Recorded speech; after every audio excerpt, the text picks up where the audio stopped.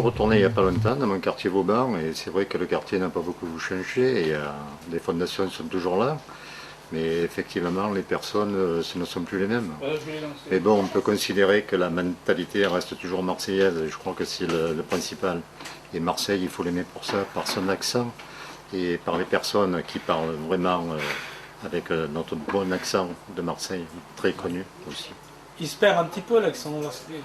Ça dépend où on va, mais bon, de toute façon, les Marseillais, il y en a un peu de partout aussi. Hein. On peut même aller au Canada, il y a des Marseillais qui ont gardé l'accent. Hein.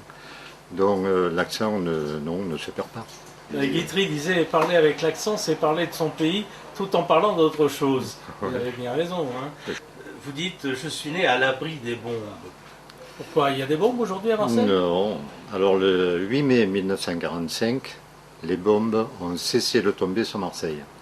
Et à l'époque, j'avais 7 mois, mais j'étais dans l'enceinte protectrice de ma mère. Donc, si vous avez bien compris, 2 mois après, je suis né. Le 12 juillet 1945. 2 jours après, nous avons fêté le 14 juillet. Et bon, ma mère n'a pas voulu attendre 2 jours de plus. Donc je suis né le 12 juillet, à l'abri des bombes. Aucune bombe n'est tombée sur Marseille après le 8 mai 1945. On était en pleine paix là. Hein? On était en pleine paix et la prière et tous nos hommes qui sont revenus rencontrer leur épouse et leur enfant. Pour ceux qui sont rentrés. Alors, le garçon que vous étiez à l'époque a grandi, évidemment, il a grandi, il s'est imprégné du pays, avec les accents, comme vous dites, tout ça. Bon, qu'est-ce qui a changé depuis? La mentalité n'a pas changé, mais c'est les gens qui changent. Mais le pays, est-ce que vous l'avez trouvé changé, modifié, embelli? Ou est-ce que vous regrettez cet embellissement, si embellissement il y a? Non, on ne peut pas regretter, chaque époque a sa richesse. Et c'est vrai qu'on a beau être nostalgique des années 50 ou 60, mais aujourd'hui la richesse est toujours là et les gens sont là pour la développer aussi. Alors on parlait de l'accent tout à l'heure, mais on le retrouve dans votre livre, l'accent. Alors on le retrouve effectivement parce que j'emploie beaucoup le parler marseillais, et notamment à travers une thèse qu'a fait ma belle-fille Virginie Mouret. Donc elle a fait un doctorat sur le langage provençal, mythe ou réalité. Alors il y a des mots à la sauce personnelle marseillaise que j'ai retrouvés, que je me souviens, que j'ai employés. Et il y en a d'autres que j'ai récupérés à travers cette thèse que je connaissais, mais que j'avais perdu et qui étaient enfouis en même temps que les gens qui ont disparu. Alors si je vous dis « je suis Est-Fougari », qu'est-ce que ça veut dire ça? Écoutez, à travers le livre, vous allez en trouver l'explication, puisqu'au bas de chaque page, j'explique ce que veut dire tous les mots qui sont marqués. Pour ceux qui nous écoutent, Est-Fougari, ça veut dire fatigue, une grande fatigue, une lassitude. Ouais.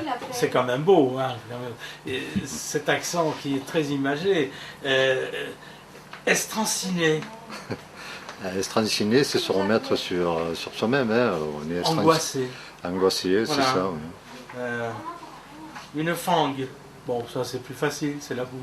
Okay. On est dans la fangue, oui, d'accord. Bon, il y a plein de petits mots comme ça qui sont intéressants. C'est un petit lexique. Il y a tout un recueil, un lexique de mots et expressions provençales. Donc c'est quand même intéressant de les retrouver sur la fin et de se rappeler qu'ils ont été employés et, comme je disais tout à l'heure, ils sont perdus avec les gens qui malheureusement sont sous terre et qui ont réussi à faire ressurgir tous ces mots provençaux. Alors, lorsqu'on se promenait autrefois au marché de la rue Longue, où il y avait des Marseillais et des Marseillaises, il y avait cette fameuse poissonnière que vous avez connue et que vous faites parler. Oui, je fais parler un couple parisien qui rencontre une poissonnière et le couple parisien qui dit « mais excusez-moi madame, votre poisson n'est pas frais ». Donc là, j'ai libéré la poissonnière de son parler, elle en est la seule responsable puisque tout ce qui est écrit, je l'ai entendu mot par mot. Authentique. Voilà, ce n'est pas... Alors il y a 3 galéjades dans ce livre. Il y en a une sur un avion, l'autre sur un bateau de l'Estaque et le troisième, c'est sur l'appellation de la plage du Prophète. Voilà, pourquoi on l'appelle la plage du Prophète. Alors lisez le livre et vous saurez pourquoi. Elle existe cette plage du Prophète? Elle existe? Elle existe vraiment, oui. Elle est à Marseille et c'est là où j'allais me baigner avec ma mère et qu'elle a mené tous les petits de Vauban avec. Alors vous rendez hommage à votre mère bien sûr, mais aussi à votre père. Qui était transporteur routier et je parle beaucoup de ses voyages que j'ai fait avec lui. Il était transporteur routier. Routier, c'est ça.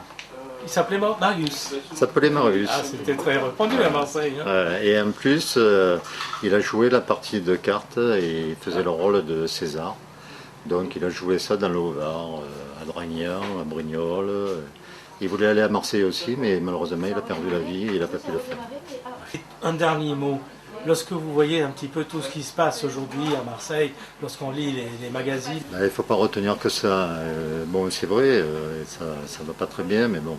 Après, il y a le reste. Et je crois que la boule marseillaise, qui est très sympathique et adorable, Elle roule toujours. elle roule toujours et elle est capable d'écraser cette petite boule qui nous gêne.